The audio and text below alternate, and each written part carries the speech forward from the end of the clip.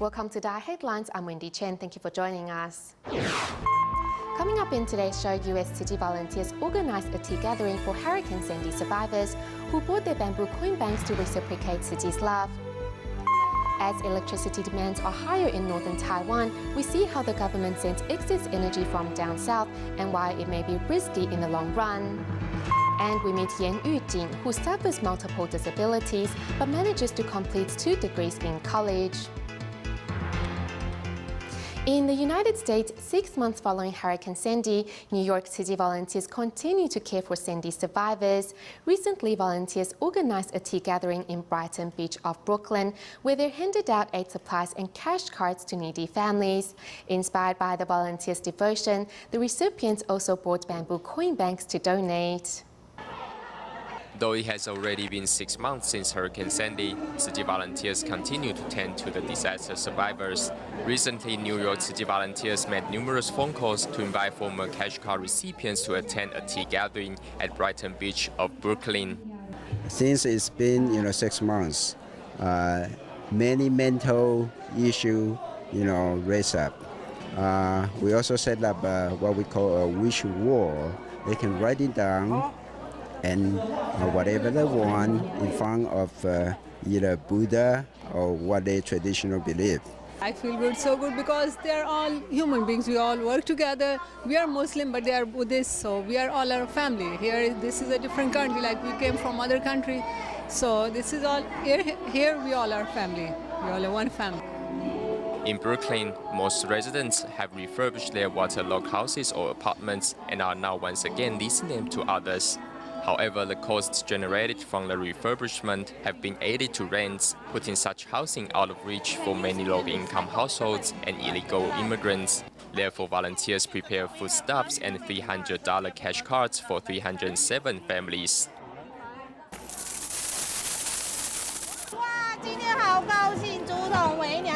At the distribution site, many recipients bring their bamboo coin banks to donate to Tzu Chi. We were once disaster victims. Thank you for providing us with timely assistance. We want to help other people as well. We donated a bamboo coin bank because we acknowledge what you have done for the needy.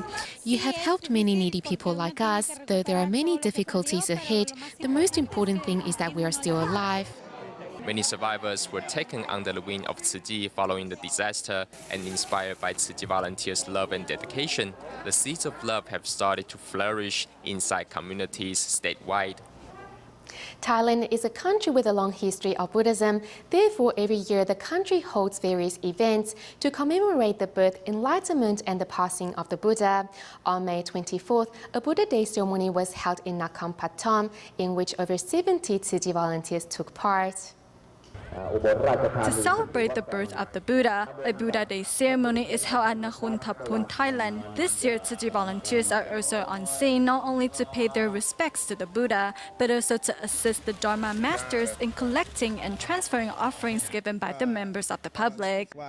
Today, I'm in charge of collecting offerings donated by the general public that will later be given to the Dharma masters. I'm filled with tremendous joy because I didn't spend any money to receive this happiness. As 90% of Thailand's population is Buddhist, the Buddha Day ceremony each year attracts many people. This year, Tzu Chi volunteers are also on scene to provide water and tea to participants. Every year, many people will come and volunteer, but this is the first time we have had volunteers serving cold tea. The herbal tea was nice and cool. Tzu Chi volunteers not only attended the ceremony, but also helped the Dharma masters collect offerings. They also provided water to the general public and practiced recycling. Volunteers also seized every chance to introduce Tzu Chi to participants. Among the volunteers was 69-year-old Ton Sun, who took a day off from work to volunteer. I am very happy to be able to volunteer. Next year, I will invite my friends to join this meaningful event. This time, I took many Tzu Chi brochures because I want to introduce Tzu Chi to even more people. Through the Buddhist event, the volunteers not only put Tzu Chi's humanistic spirits into practice, but also inspire participants to join their ranks. In China, Shanghai Tzu Chi volunteers traveled to Suqian, Jiangsu province, to hand out scholarship aid to over 200 students. Under the love and care of volunteers, the students have formed their own volunteer team at school, with some even continuing to volunteer after graduation. It takes around 6 hours to get from Shanghai to Jiangsu province's Suqian city. These 29 Tzu Chi volunteers bring with them not only financial aid for students, but also personal love and care. Even the torrential rain from the day before could not prevent the volunteers from making the trip. I asked my teacher if we were still coming today as it was raining hard. After I arrived here, I realized unselfish love really exists in the world. Over 200 students are receiving a much-needed scholarship aid of 1,500 renminbi, while the teachings of the Jingsi aphorisms have also inspired compassion in each student's heart. Before, I would always ask for material goods, but now I feel remorseful for my actions towards my uncle as he has been doing his best to raise me. Tzu Chi has been assisting with the Spring Blossom Project, which helps needy students continue their education for over 10 years now. Teachers also formed a Spring Blossom volunteer team in which young volunteers assist in winter aid distributions. Students might miss class when they volunteer their time, so this causes a bit of setback in their studies. However, everyone overcomes this obstacle by spending extra time on their own. Liu Yan, previously a scholarship student, is now at Ciqing and giving back to society. The more I do it, the more people I meet, the more people that like me, the happier I am. In passing the love forward, hope is unlimited.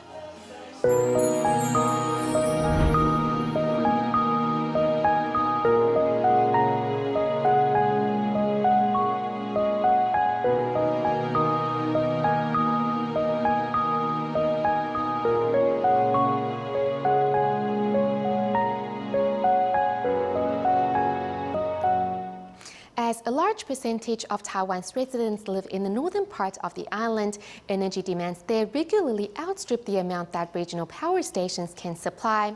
Therefore, for years now, the government's solution has been to send excess energy produced in the south of Taiwan north.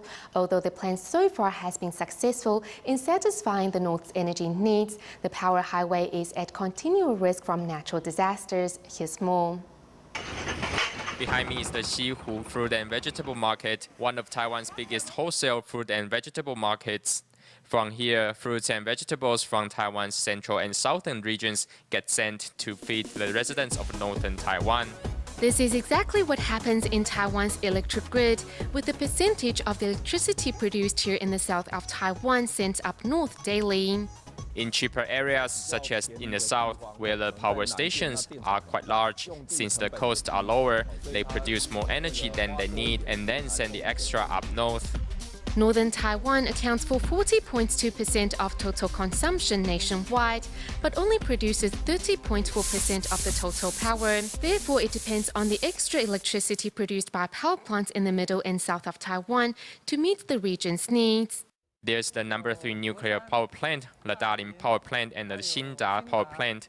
The excess energy produced by these plants is first collected at the Longqi plant in Tainan, after which it will be sent to the Zhongliao substation before being sent north.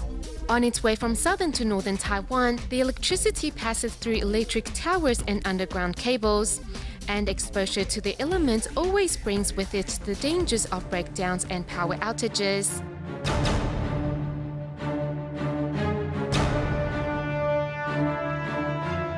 July 29, 1991 at 11 p.m., electric tower number 326 in Tainan's Zuozhen district toppled over following a landslide, leaving 8.5 million homes without electricity.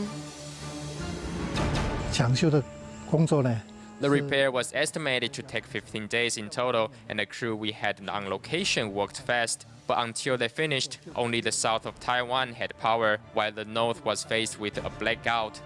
Also in 1999, following the 9/1 earthquake which damaged the Zhongliao substation in Nantou County, the north of Taiwan was on electricity rationing for close to 2 weeks.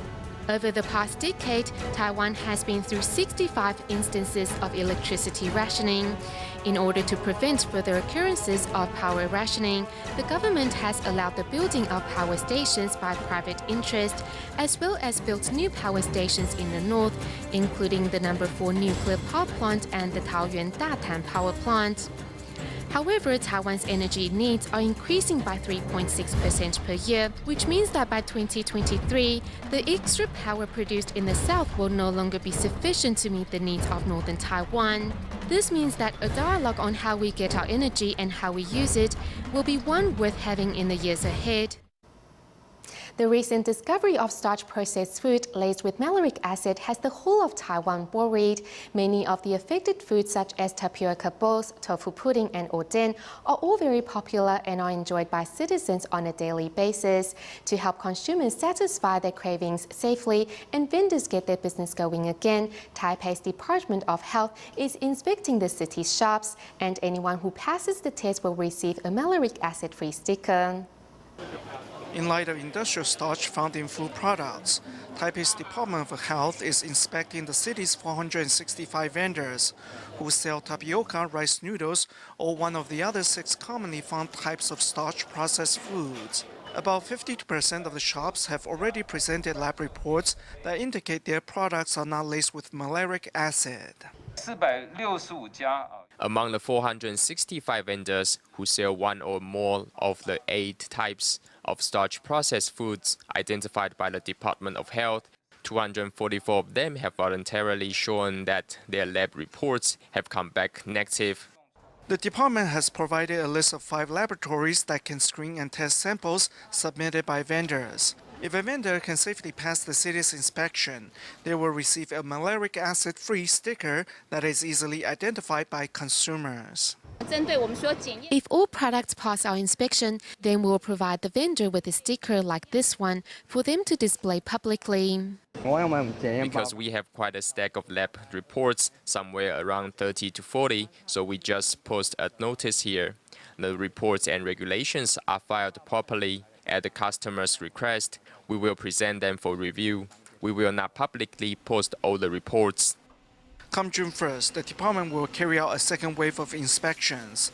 This time, more starch-processed foods will be included, such as zongzi and tangyuan, as the city works to help keep citizens safe. In Taiwan's new Taipei City, Xizhi District city volunteers have been hard at work promoting recycling to the younger generation by teaching students at local schools ways to sort recyclables after class. Qingshan Junior High School joined the efforts last November and has since saw an increase of their paper recycling from 800 kilos to 1,200 kilos. Here in Taiwan, New Taipei City, students at Qingshan Junior High are taking the opportunity to recycle their old reference books before summer starts. After city volunteers came, our paper recyclables increased by 20 to 30%. It is not because we have created more trash, but because we have increased efficiency in collecting and sorting recyclables. Qingshan Junior High also has an elementary school department. Since Tzu Chi's arrival last November, many students have become a helping hand to Tzu Chi aunts and uncles in further categorizing recyclables. After the children learn to categorize trash here, they will take the concept home and influence their parents. If we inspire 2 or 3 out of 10 families, and these families in turn motivate more to recycle, then I believe the purpose of this program would be achieved. The man who brought Tzu Chi and Qingshan Junior High together is Xizhi Junior High's principal. Under Tzu Chi's assistance, Xizhi Junior High's recycling efforts are very successful, so we are happy and thankful that Brother Chen brought Tzu Chi's conservation efforts into our school. This semester, Xizhi Junior High School is learning at the recycling station. The next semester is Qingshan Junior High. The recycling effort during break isn't just about protecting the planet, but also about inspiring change in the younger generation. Staying in Taiwan in Pingtung County, 54-year-old Mr. Liu once lived in a damaged home. Due to a stroke, Mr. Liu is unable to work and has no means to fix his house. Thankfully, with the help of Tzu Chi volunteers and construction workers, his house was transformed into a new, fully equipped home. In Pingtung's Gaoshu Township, along with construction workers, Tzu Chi volunteers are here today to install an insulated roof for Mr. Liu. Meanwhile, construction workers fix the floors and paint the walls. The renovation cost is not cheap, so Mr. Liu is unable to afford it. Thankfully, after assessment, Tzu Chi volunteers decided to provide financial assistance to give Mr. Liu a safe place to call home. He told me that he doesn't want to live in a nursing home, so we tried to help him fix his damaged house. We were able to fix his house with the help of Mr. Liu's siblings. After the makeover, Mr. Liu now can live in a comfortable and fully equipped house. The volunteers thoughtfully make sweet rice balls to celebrate the occasion. This house is great for Mr. Liu to live in. It's very comfortable and clean. During the housewarming party, Mr. Liu sheds tears of joy. I'm extremely grateful. Thank you so much. To reciprocate Tzu Chi's love, Mr. Liu signs up to become a Tzu Chi member as he hopes to help those in greater need.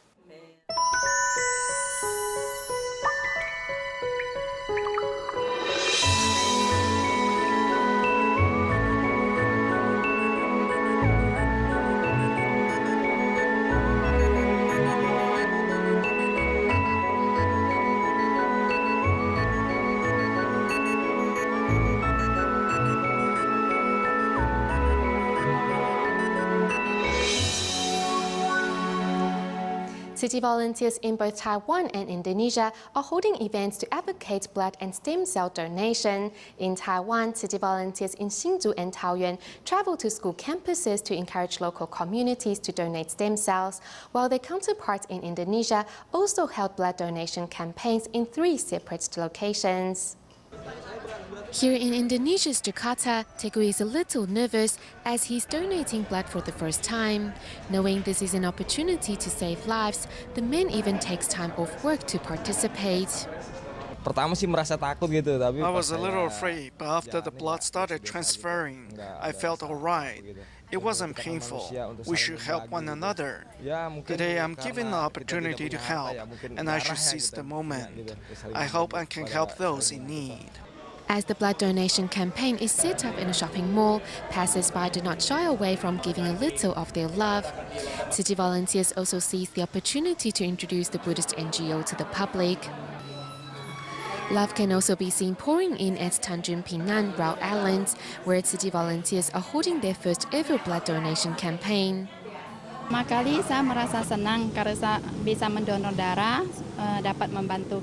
really happy that I can help others by donating my blood. I was a little bit scared, but after donating it, I realized it wasn't dangerous at all. Moving to Batam, Tzu Chi volunteers there also organized an event inside a shopping mall to promote blood donation. In a few hours' time, nearly 200 signed up to donate their blood.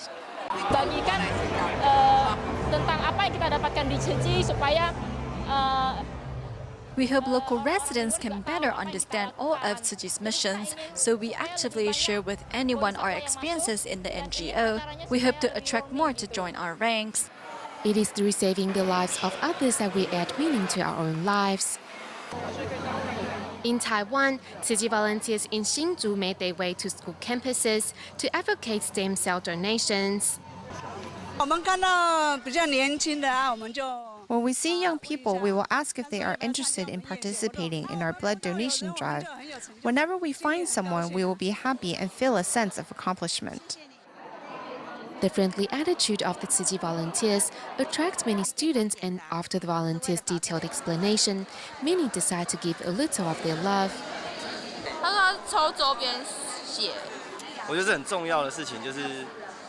What I think is important is that if a patient has completely lost hope, and this, our blood, is their last hope, then why not give a little of our love? It won't do us any harm. In Taoyuan's Daxi, over 100 members of the public arrived at Tianxing Elementary School to take part in Tzu Chi's event. I'm grateful to Tzu Chi for giving me the opportunity to take part in this event. I hope a little act of love can go a long way to helping those that need bone marrow transplants. The selfless giving spirit of these residents brings hope of a better life to all those in need. Recently, Taiwan's first ever handicap accessible radio station, Fly Studio, was opened. The station is located at Danshui Cultural Park and was especially designed and equipped to meet the needs of those who are physically challenged. 老师，我们想请教检察长 ，DJ 天使是什么呢？ This is Tzu Chi volunteer Xu Jifeng, who won a contest held by the Fuxing Broadcasting Station and was selected to become a DJ at the newly established Fly Studio. Although a first-timer, Xu says he hopes to use his voice to do good deeds. 我可以在空中。 Through the radio, I can use my voice to help those suffering find an outlet for their problems. The Fly Studio is the first handicap-accessible radio station in Taiwan. Located at the Danshui Cultural Park, from the outdoor field to the radio station, every corner was designed to meet the needs of the physically challenged. 包含的这个桌面。 The table, machines, and computers are all designed to meet our physical needs. My hands are disabled, but I'm able to control these machines freely and easily. In spite of their physical conditions, here those with physical disabilities can fulfill their wish of becoming a DJ and helping others in need with their voice. 请揭幕，来热烈掌声。 In Taichung, we meet Yan Yujing, a sufferer of multiple disabilities who overcame her physical conditions to complete 2 degrees in college and is pursuing a master's program this year. Yan's story goes to show with determination and hard work, anything is possible. In Taichung, Taiwan, lives Yan Yujing, who suffers from multiple disabilities and relies on an electric wheelchair to get around. Unable to speak clearly, she uses a communication board to get her point across. 这是沟通笔。 Due to Yan's curled fingers, typing is a difficult task. However, with determination, she overcomes her handicap and successfully graduates from college. 中文系的那个作业很多。 A Chinese major has a lot of papers to write. She can't type like us. She uses one finger to type. At times, her neck stiffens up. 这个脖子都僵掉了。 Yan often studies late into the night and rises early the next day, as she has to work harder than others to accomplish her studies. But she never once voiced a complaint, as she is optimistic and loves to make friends. 他有表达说他很 She likes to make friends. This actually is pretty shocking to us, as normally people are not that confident. Her personality shows that she just looks different from everyone else on the outside, but is on equal terms. This year, Yan was accepted into a master's program. She hopes to be independent and not be a burden for her family. In spite of her disabilities, Yan remains optimistic and looks forward to the day when she completes her master's program. We end today's program in Malaysia. To mark the 20th anniversary of the Buddhist NGO in the nation, the Tzu Chi Malacca chapter organized a 3-day event, which included the photo display of Master Zhen Yan as well as an exhibition of Tzu Chi's missions. We'll leave you with these images. Thank you for tuning in. Goodbye.